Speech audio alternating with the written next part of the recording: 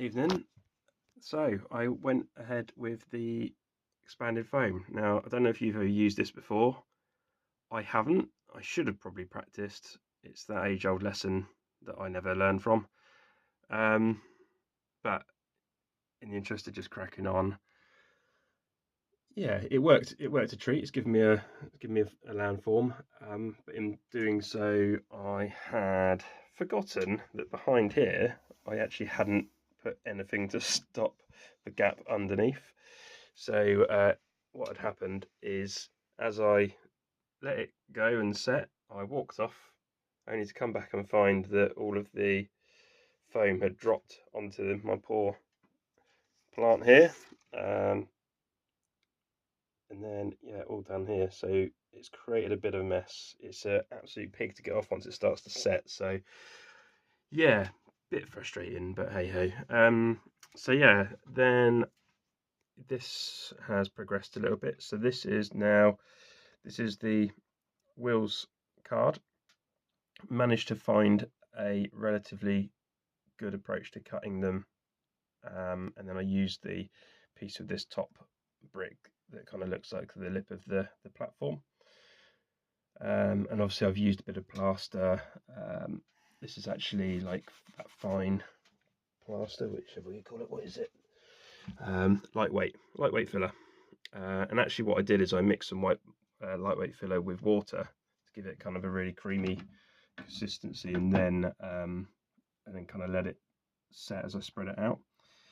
Again, another lesson. I should have probably done something to protect the back seam. I didn't realise it was going to get quite as messy as it did, and it's only really got messy because I kept on going back over it again. Once it started to set, I don't know.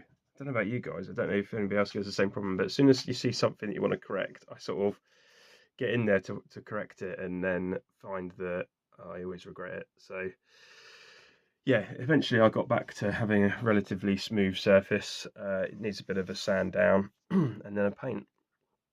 But that's come on. Next up for this section will be probably, well, tidying up some of this plaster that's on here, the lightweight filler that's on here. That should just come off. Then the point rodding, and point rodding to go, I think, in the gap here, because that would seem to me to be how it used to be done, because I've got a point down here from the signal, so rodding will come out underneath, sort this point, and then go along here to my other points, or double points, I guess this one and this one. So I don't know if anybody's got any ideas. Would the standard approach have been to put it in the middle here? I guess it might have been. Yeah, I don't know. I don't know if there's any stations or setups like this actually out there in the wild. So I don't know what to do there. I think it might just come down to how much space is actually allowed here, and what looks okay. I don't know. I'll have a play. So next up for me is to get me trusty knife, long blade, and just hack away at this to give me some contours, and then probably get some plaster on it, the plaster bandage, and yeah, and start doing some scenics eventually. I think, as I said, I think I might get my static grass applicator out. I think it's in one of the boxes down here, one of the top boxes.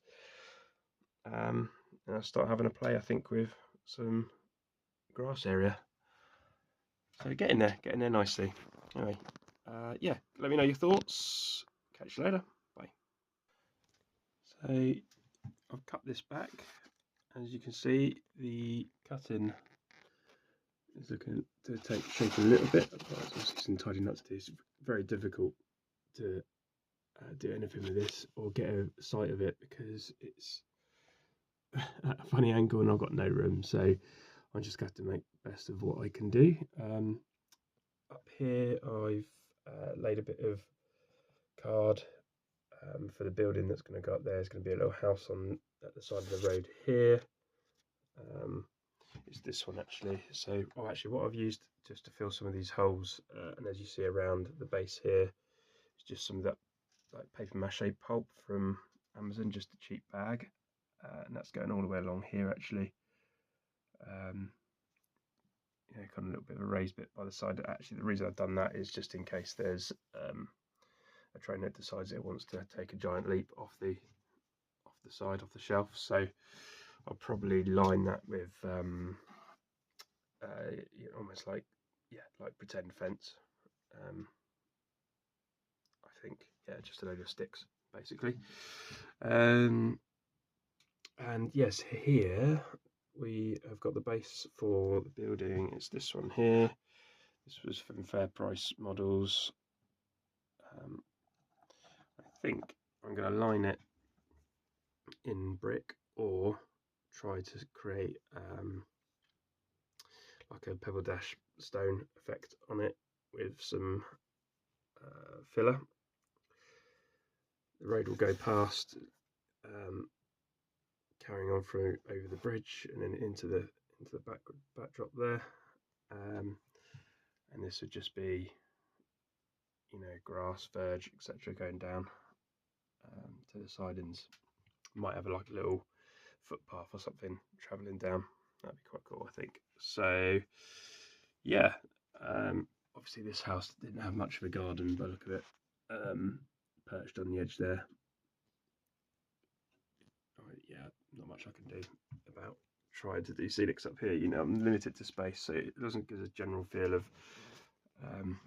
what I'm trying to do is get a view from here where, you know, there's a bit of interest on the hilltop there, rather than it just being a bridge. And likewise, when we get this view here, I think that, yeah, that looks pretty good. So that's kind of got the effect that I wanted, and I just need to decide the building. The building, I think it's going to be that one. I had to rip off the smaller piece that was against here, which is here. It was, you know, supposed to be on there as like an out part of the building, but it just wouldn't fit, so it had to be ripped off. So yeah, the only option I've got really on this, because of the damage, is to put the brick embossed plasticard on it, I think, around. I think that looked quite cool, but project for another time, I think. As it goes, yeah, that's the latest. I'm going to give it a rest tonight now. See you later. Cheers. Bye.